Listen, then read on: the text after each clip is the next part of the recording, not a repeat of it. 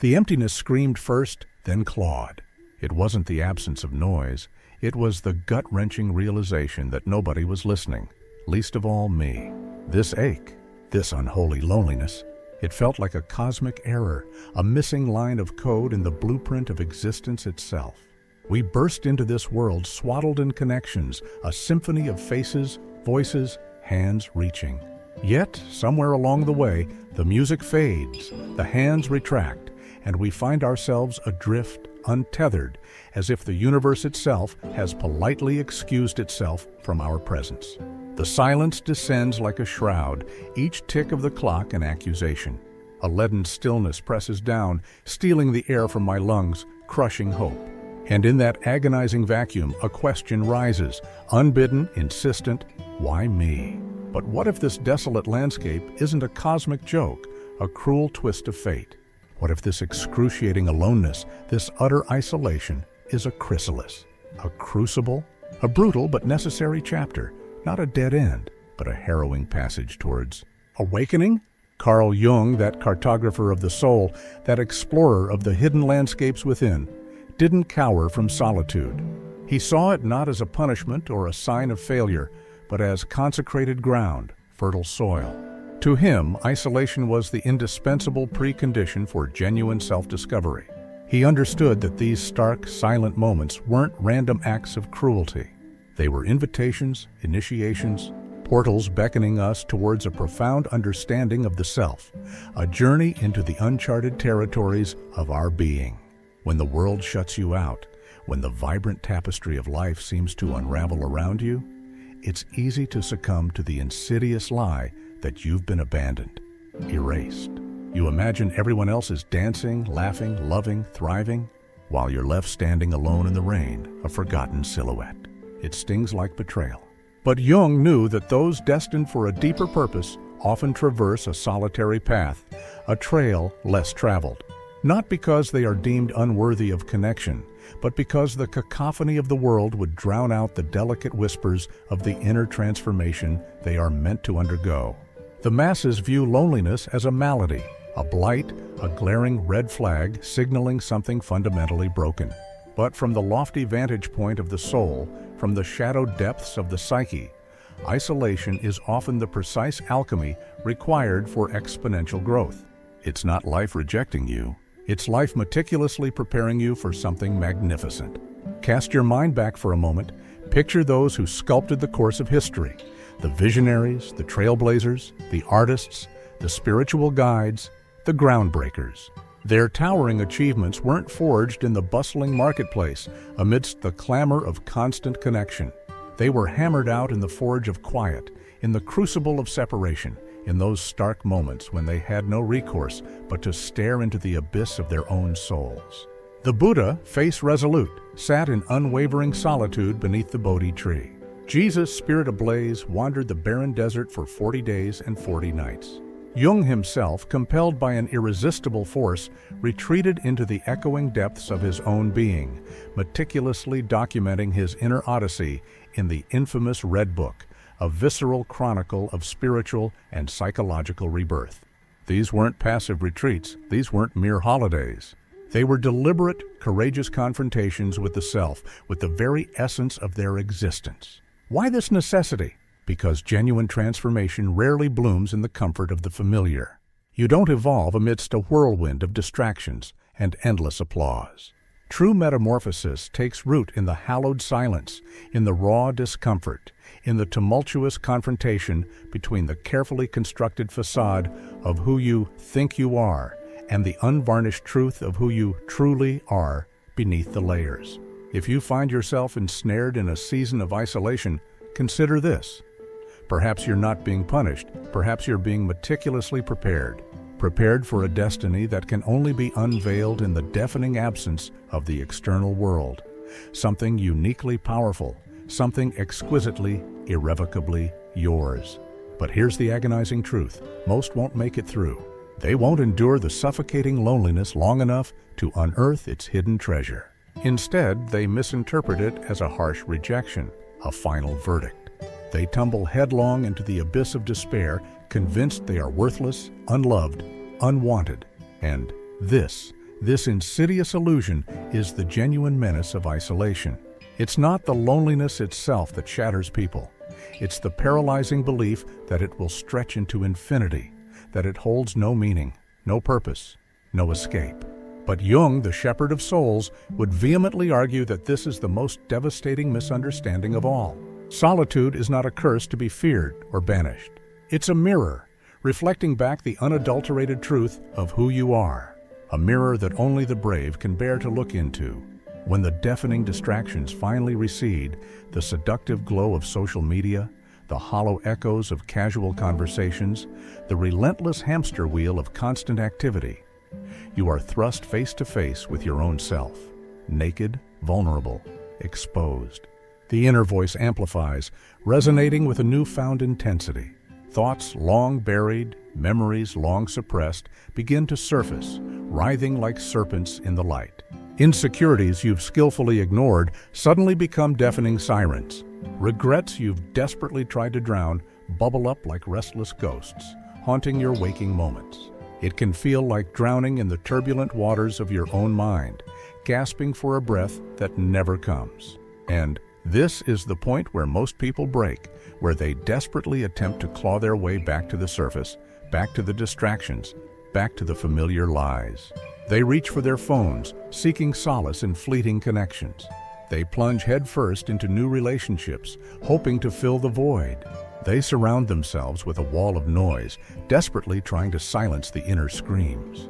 But those who bravely remain, those who dare to linger in that suffocating silence, those who confront the demons they've been so meticulously avoiding, they embark on the arduous, exhilarating journey that Jung famously termed individuation.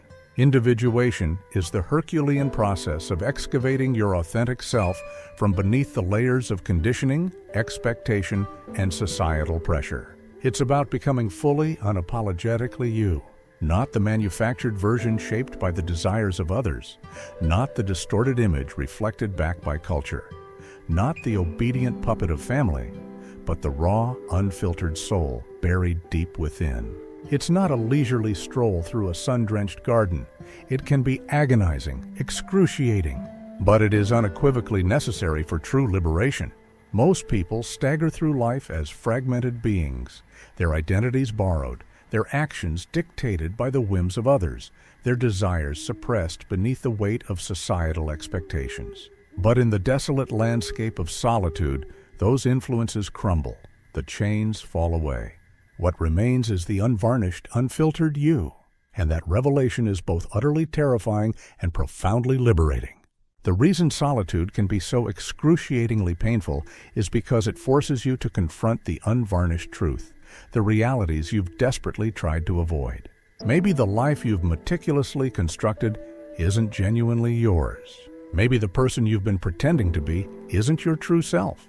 And without the deafening roar of the external world to drown it out, your subconscious begins to whisper, then shout, and finally demand your undivided attention. But again, this is not a malevolent punishment meted out by a vengeful God.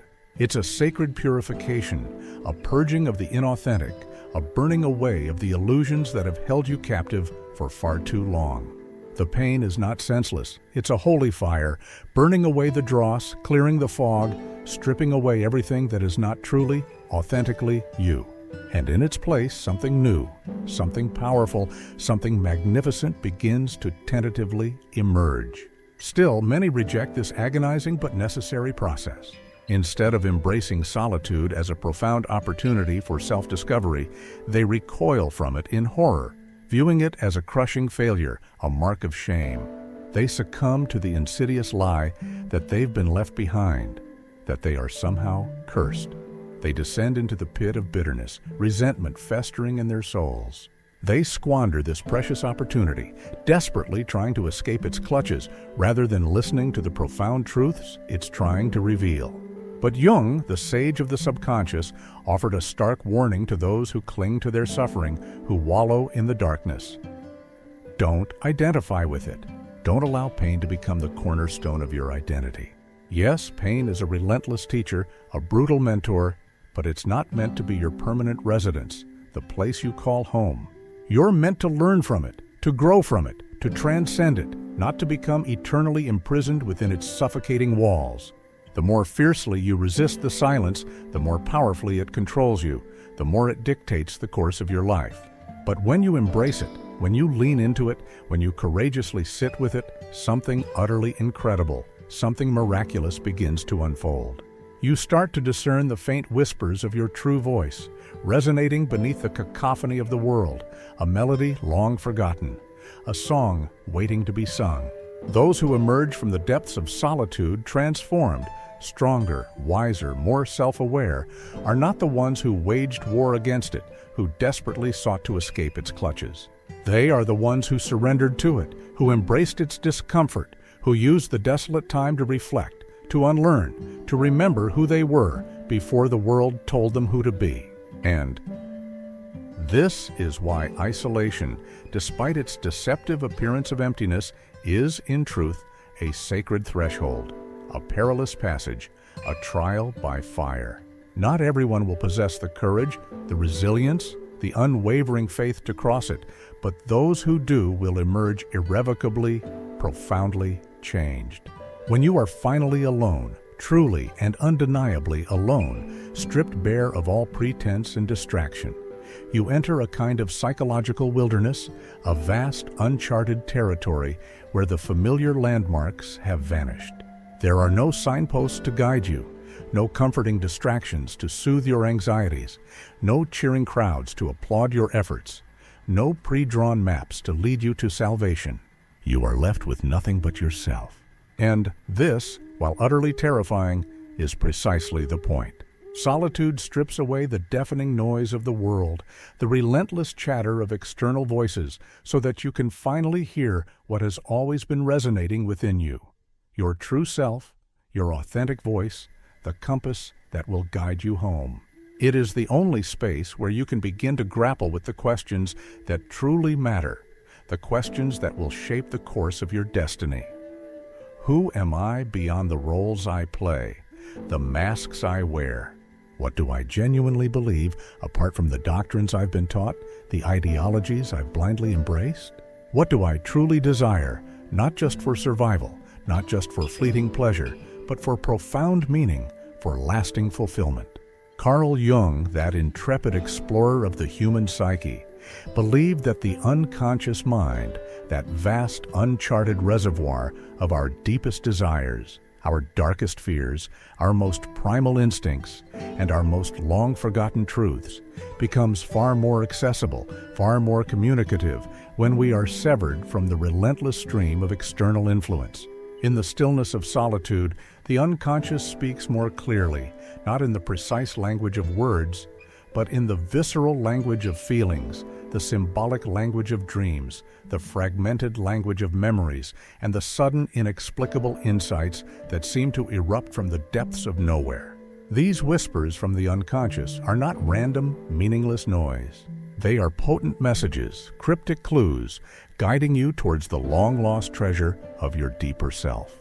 In the frenetic pace of modern society, we are relentlessly encouraged to keep moving, to remain perpetually busy, to avoid the slightest hint of discomfort, to chase after fleeting distractions. But genuine transformation, the kind that alters the very fabric of your being, requires that you halt your frantic sprint, that you deliberately pause, that you fully feel, and that you actively listen.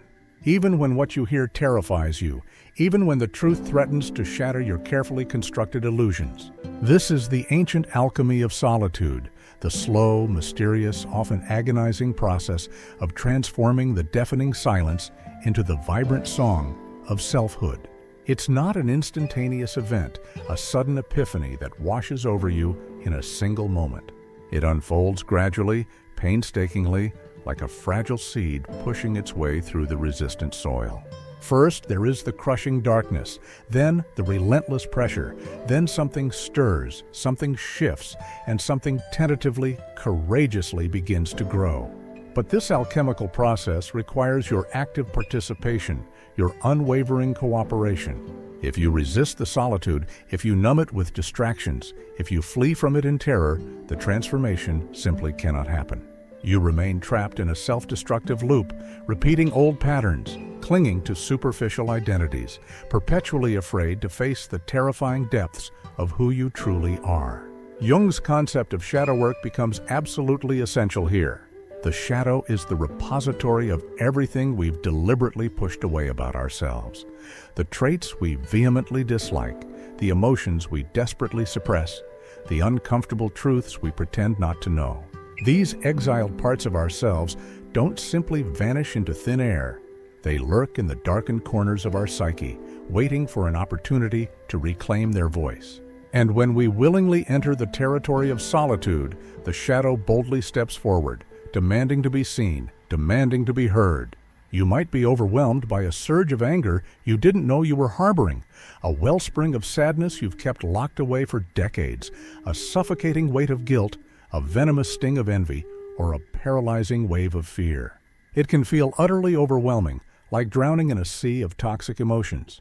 But Jung, the master of the inner landscape, taught that integrating the shadow, making peace with these disowned parts of ourselves instead of relentlessly denying them, is the essential key to achieving true wholeness. So, solitude, when embraced with unwavering courage, becomes the sacred arena where this transformative integration takes place.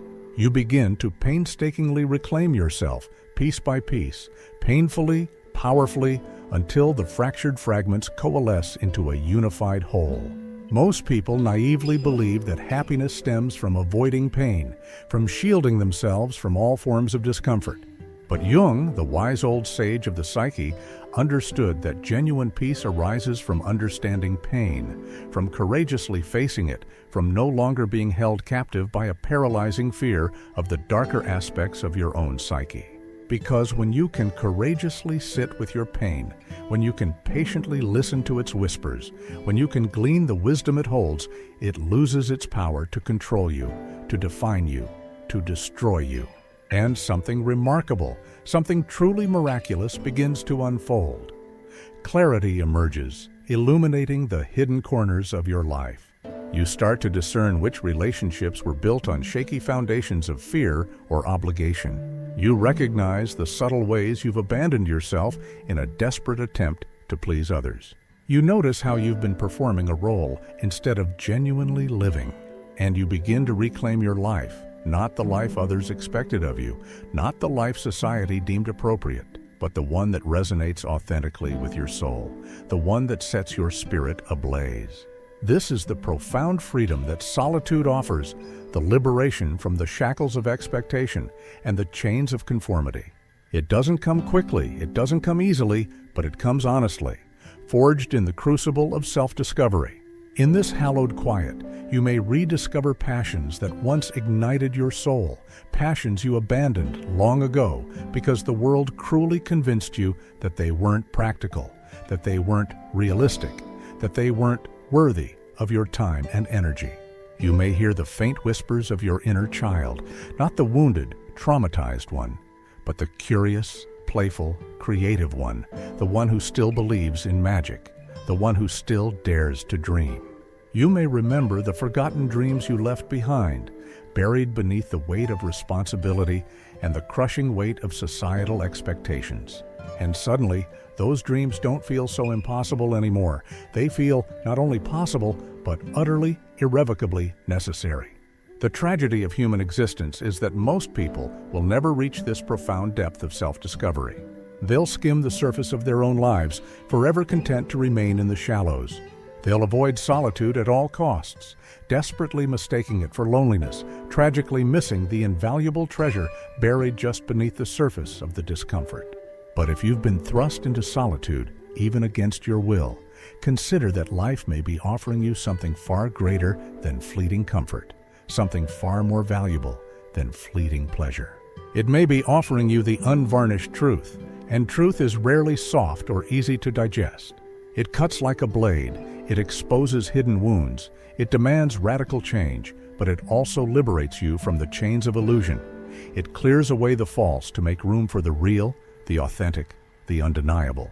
That's why those who emerge from the crucible of solitude often radiate a different kind of strength, a quiet power that resonates from the depths of their being. It's not loud or aggressive. It doesn't need to prove itself to anyone. It's quiet, rooted, unshakable, like an ancient oak standing firm against the storm.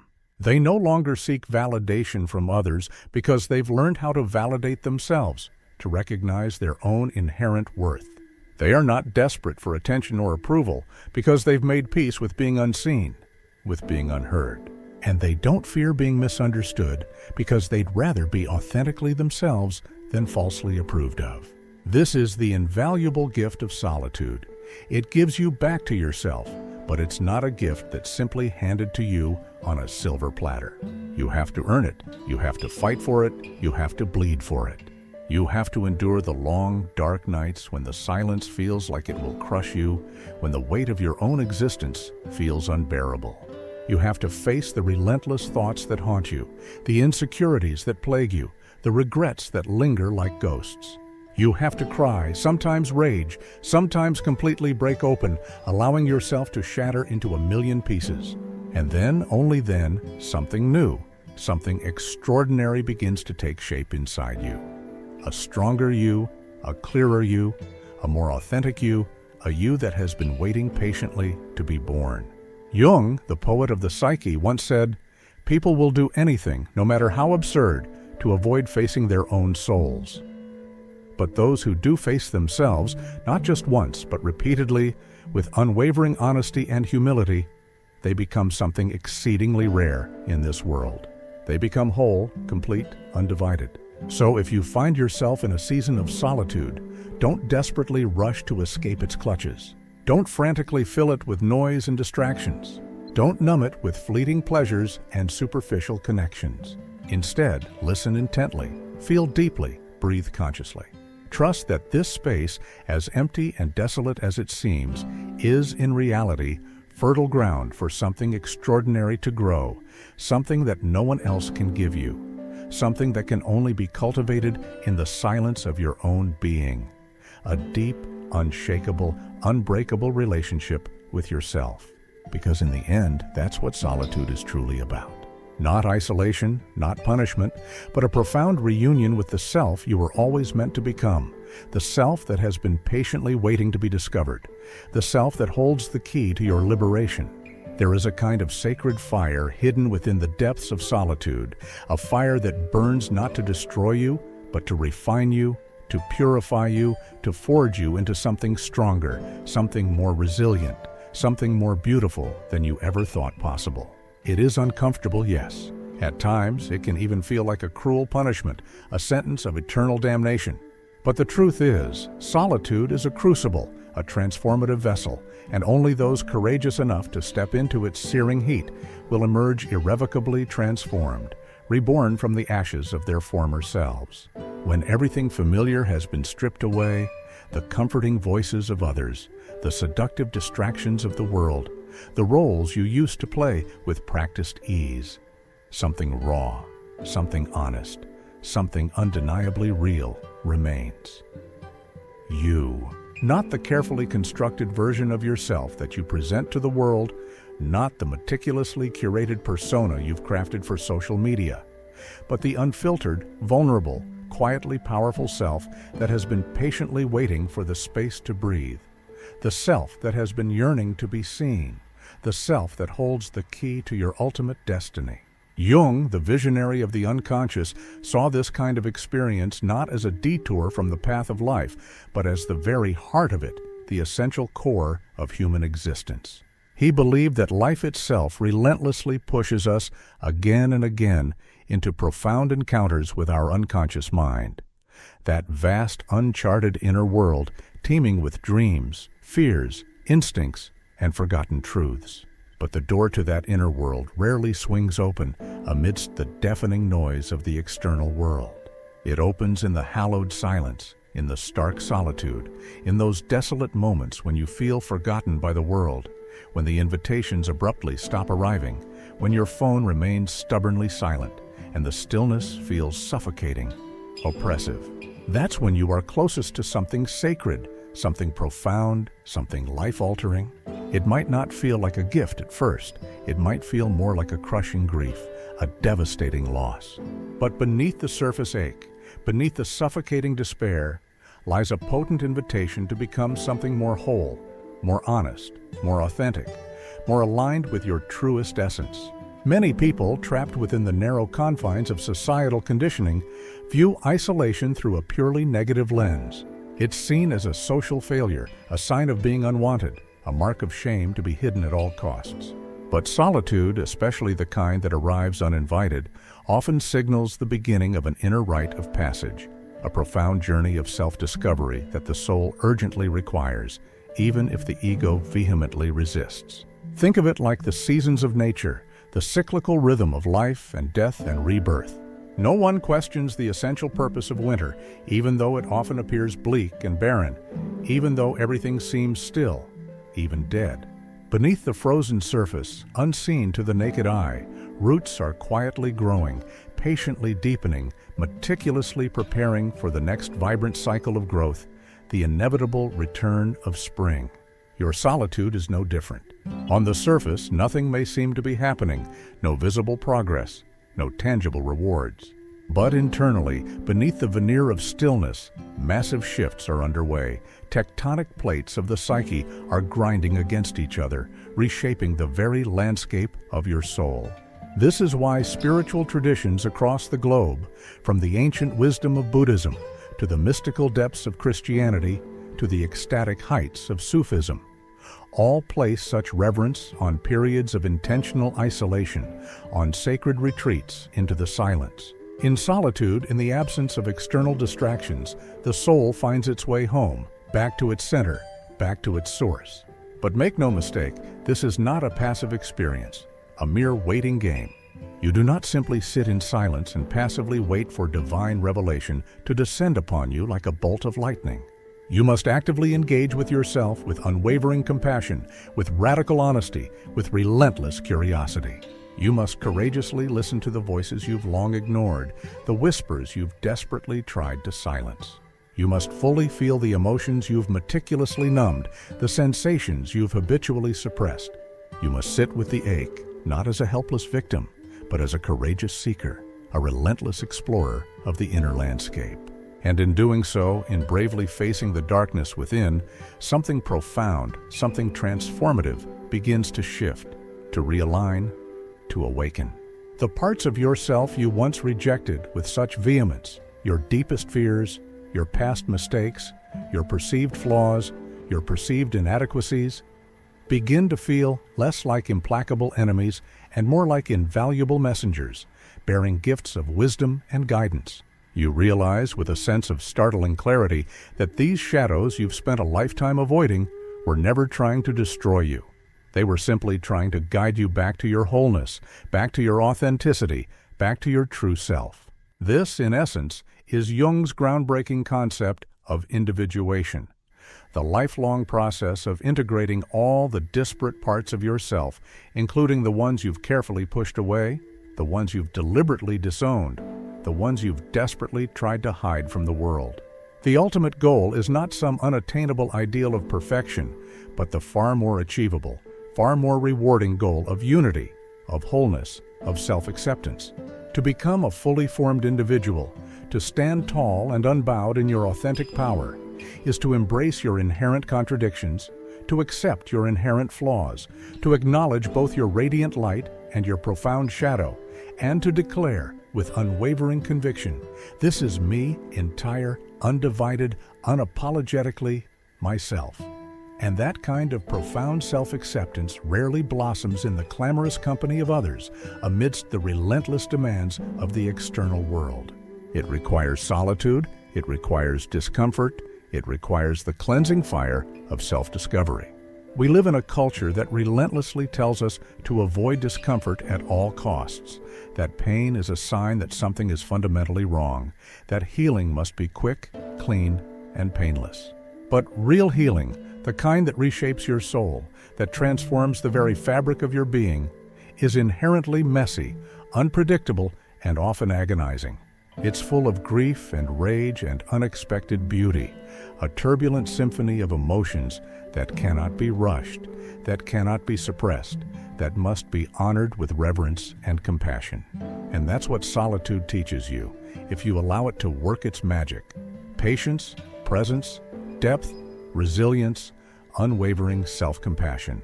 In the hallowed space of solitude, time slows down, stretches out, takes on a different quality altogether. You are no longer frantically sprinting through your days, mindlessly checking boxes on a to-do list, desperately chasing external validation, forever striving to prove your worth to the world. Instead, you begin to notice the subtle nuances of existence, the things you've been too busy to see, too distracted to appreciate. Your breath flowing in and out of your lungs, the kaleidoscope of thoughts swirling through your mind, the subtle shifts in your own emotions, the delicate dance of your own energy. You become acutely aware of how much noise you've been living with, how much distraction you've been consuming, how much you've been sacrificing your own inner peace for the fleeting approval of others.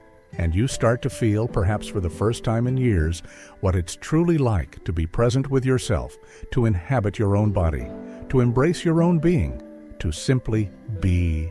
This radical presence is what makes transformation truly possible. It's in this quiet, hallowed space that you begin the arduous but liberating process of forgiveness. Not just forgiving others for their perceived transgressions, but perhaps even more importantly, forgiving yourself for your own perceived failures, for the mistakes you've made, for the ways you've fallen short of your own expectations. You start to gently, compassionately let go of the self-limiting stories that have kept you stuck, the insidious narratives that have defined your existence for far too long. I'm not good enough. I'm too broken to be loved. No one will ever truly understand me. These deeply ingrained narratives, these self-imposed prisons, begin to lose their grip when you sit with them long enough, when you examine them with unwavering honesty, when you see through their inherent falseness, when you realize that they are nothing more than outdated beliefs, clinging to the wreckage of your past. You also begin to dream again, not just of superficial achievements and fleeting accolades, but of profound meaning and lasting fulfillment. You dare to ask bigger, bolder questions. What does a truly meaningful life look like for me, stripped bare of all societal expectations and external pressures? What kind of presence do I want to bring into the world? How do I want to impact the lives of others? Who am I when no one is watching, when the masks come off and the performance ends? And in answering these profound questions, you begin to rewrite the script of your life, not based on the fleeting desires of the ego, not based on the limiting expectations of others, but based on the unvarnished truth of your own soul, the unwavering compass of your own heart. Solitude gives you that rare, precious chance to come home to yourself, to remember what truly matters, to realign with what feels genuinely real, to reconnect with the authentic essence of your being, not just with what looks good on the surface, not just with what pleases others, but with what resonates deeply within your soul. But make no mistake, this is sacred work, a spiritual journey of the highest order. And it's not for the faint of heart. It's not for those who are afraid to face their own demons. That's why not everyone embraces it. That's why so few dare to embark on this perilous path. Many will spend their entire lives running from themselves, desperately avoiding the silence, perpetually fleeing from the pain that lives just beneath the surface, the pain that threatens to shatter their carefully constructed illusions. They'll fill their time with noise, their hearts with half-hearted connections, their minds with fleeting distractions, desperately trying to avoid the inevitable reckoning. But the ones who stop running, the ones who courageously sit down in the fire and let it do its transformative work, the ones who surrender to the process and allow themselves to be refined, they become something rare, something extraordinary. They become grounded, rooted, unshakable, like ancient trees whose roots run deep into the earth. They're not perfect, they still feel pain, they still long for genuine connection, but they carry something others desperately lack. A deep inner stability born not from avoiding life's hardships, but from walking through them with open eyes and a willing heart. This is the true alchemy of solitude, not a punishment to be endured, but a sacred passage to be embraced, a stripping away of the false, a refinement of the soul. And once you've passed through it, once you've emerged from the crucible transformed, you carry the wisdom of the fire within you, etched into the very fabric of your being. You become a lighthouse, a beacon of hope for others, lost in the darkness, steady, silent, and unmistakably alive. There comes a moment, often subtle, rarely loud, when the season of solitude begins to imperceptibly shift, to subtly transition into something new. You may not even notice it at first. There's no thunderclap, no angel whispering in your ear, no grand announcement from the heavens. You've diligently completed your inner work, you've faced your demons, you've integrated your shadows, but you feel it quietly, deeply, resonating within the core of your being. Something has fundamentally changed inside you, an alchemical transformation has occurred. The silence that once felt suffocating, oppressive, now feels sacred, hallowed, a place of refuge and renewal. The crushing loneliness that used to ache like a physical wound now feels more like a peaceful solitude, a comforting embrace. You've made it through the fire, you've survived the crucible, and you've emerged stronger, wiser, more resilient, more authentically yourself. But what happens next? Many people naively assume that once you've bravely faced yourself in solitude, once you've completed your inner work, you simply return to the world as before. Back to the familiar routines, back to the comfortable relationships, back to the life you left behind, as if nothing has changed. But the truth is, you don't return as the same person, you've been irrevocably transformed. And the world, in turn, doesn't greet you in the same way. It now sees you through a different lens. It responds to you with a newfound respect. It offers you opportunities that were previously hidden from your view. You've been fundamentally changed, and now the real test begins. Integrating your hard-won inner transformation into the external world, living your truth authentically and unapologetically, embodying your newfound wisdom in your actions and your relationships. Transformation that remains locked inside the mind or the heart, hidden away from the world, isn't transformation at all. It's simply a beautiful idea that has never been put into practice. It must be lived, it must be embodied, it must be shared. And this is no easy task. It requires courage, resilience, and unwavering self-compassion. When you've journeyed deep within yourself, when you've explored the uncharted territories of your own psyche, your values often shift, your priorities realign. The things that once excited you may now feel hollow, superficial, and meaningless. The relationships you once clung to may now feel misaligned, inauthentic, and draining. The activities that used to fill your calendar may now seem pointless, trivial, and unfulfilling. You begin to crave depth, sincerity, and purpose in all areas of your life. At first, this dissonance can be disorienting, even destabilizing. You may feel like a stranger in your own life, like an alien visiting a foreign land. People may notice the change in you and not know how to respond. Some may celebrate your growth, while others may resist it, trying to pull you back into the old patterns, the comfortable routines, the familiar roles. But the one thing you must remember, the unwavering truth you must cling to, is this: your growth is real, it's valid, and it matters. You don't owe the world the version of you that no longer exists, the persona you've outgrown, the mask you've discarded. The return from solitude is not about fitting in. It's not about conforming to societal expectations. It's not about pleasing others at the expense of your own well-being. It's about showing up authentically, fully, and unapologetically as the person you've become, the person you were always meant to be. That doesn't mean you need to shout your transformation from the rooftops. It doesn't mean you need to preach your newfound wisdom to everyone you meet. Often, the most powerful shifts are quiet, grounded, and rooted in your actions, not just your words. They are reflected in the way you live your life, the choices you make, the relationships you cultivate. You begin to move through the world with more intention, with more awareness, with more purpose. You speak less, but with far more meaning, your words carrying the weight of authenticity and the power of conviction. You choose relationships not out of fear or loneliness, but from a place of genuine alignment, from a shared sense of values, from a mutual desire for growth and connection. You learn to say no without guilt or defensiveness, not because you're afraid of commitment, but because your boundaries have become sacred, inviolable, a protective shield around your precious energy. You no longer abandon yourself for the fleeting approval of others. You've learned how to stand beside yourself, to support yourself, to advocate for yourself, and that self-loyalty becomes unshakable, unwavering, the foundation of your inner strength. This quiet inner strength isn't loud or boastful. It doesn't demand attention or recognition, but it's unmistakable, palpable. People can sense it in your presence. They feel it in your silence. They perceive it in the way you hold space for others without losing yourself in the process. And slowly, subtly, you begin to attract what truly aligns with who you've become. New relationships enter your life, ones based not on performance or people-pleasing, but on mutual respect, authentic connection, and shared values. Opportunities arise that resonate deeply with your soul, that align with your purpose, that ignite your passions.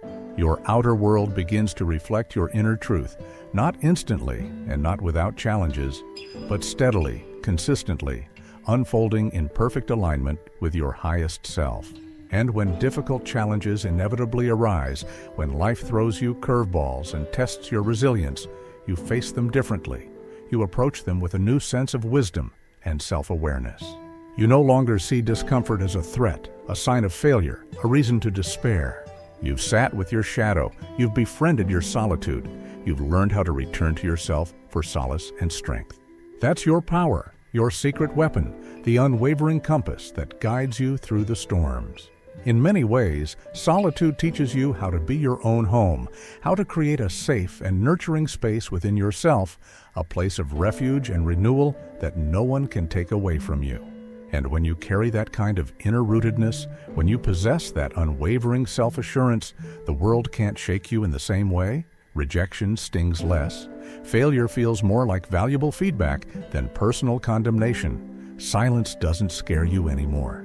You've learned how to speak to yourself in it, how to listen to your own inner wisdom. But perhaps the most beautiful part of returning from the crucible of solitude, the most valuable gift you bring back to the world, is your newfound capacity for presence. In a world addicted to noise, speed, and superficial connection, a person who has been shaped by solitude brings a rare kind of calm, a steady and unwavering presence that is both grounding and inspiring. You're no longer trying to impress anyone. You're not chasing external approval. You're not desperately trying to prove your worth, because you've already found it alone in the darkness. You've already claimed it as your own.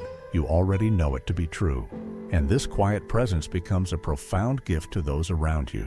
You begin to notice when others are